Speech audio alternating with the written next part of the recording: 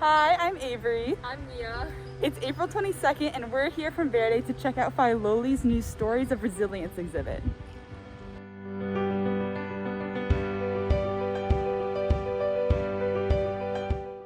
Hi everyone, let me just give you a quick background on Filoli. So Filoli was created in 1917 and opened to the public in 1977. It was created by William Bowers-Bourne and Agnes Moody in the hopes of creating a self-sustaining country estate. After they died in 1936, the Roth family purchased Filoli, and together they worked to add to the garden's beauty and donated the house and garden to the National Trust for Historic Preservation. Today, Filoli is always packed with the public. You can do a number of things at Filoli, from visiting the blooming gardens, exploring the grand indoor area of the house, or using it as a venue.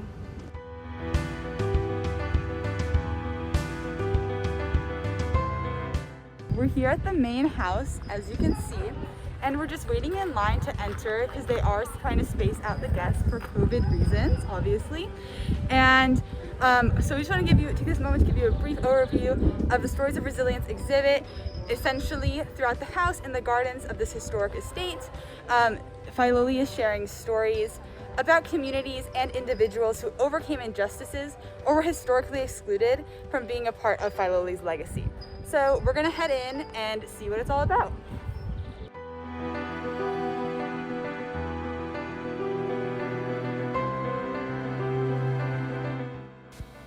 Let's check out a couple stops from the exhibit. I'm here at the first stop of the Stories of Resilience tour, which highlights Bella Warren, who was one of a few female entrepreneurs in the 1880s and owned a floral shop with her sisters.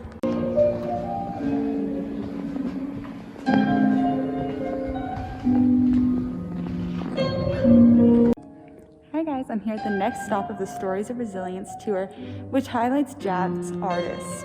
We're here in the main ballroom, and as the sign indicates, there were never any black performers to perform here, according to records. In addition to that, there were no black staff at Filoli in the Bourne era, which was the first family to run the house.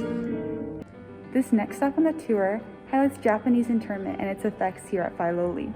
The Ross butler, Takechi Taga, was a Japanese immigrant, and him and his family were forcibly relocated and incarcerated as a result of Executive Order 9066.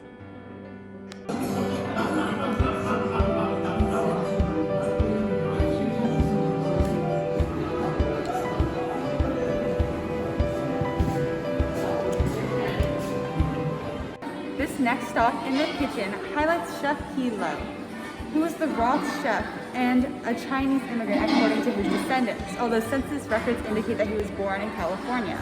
At the time, immigration from China was illegal under the Chinese Exclusion Act, which was a direct result of racism against Chinese immigrants and people's belief that Chinese laborers would lead to lower wages.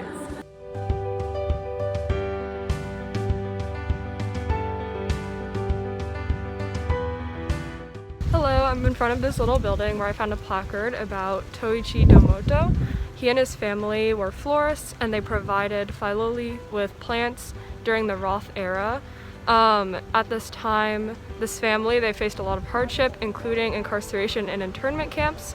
Despite this, Domoto and his family were the first in Northern California to commercially produce ornamental plants, including wisteria.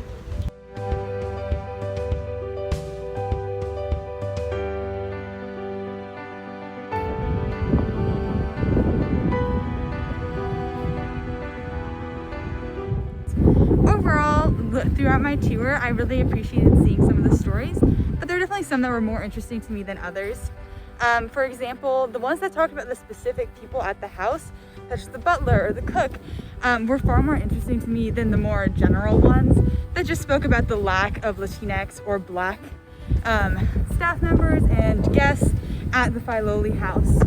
So overall, I would recommend going and visiting it because it does give some interesting insight into more personal stories and some more diverse stories of people's experience at Filoli. Whereas in the past, in the tours I've been to, they generally tend to focus on the stories of the family who own the house. The exhibit ends May 23rd, so make sure to come out here before then if you want to check it out.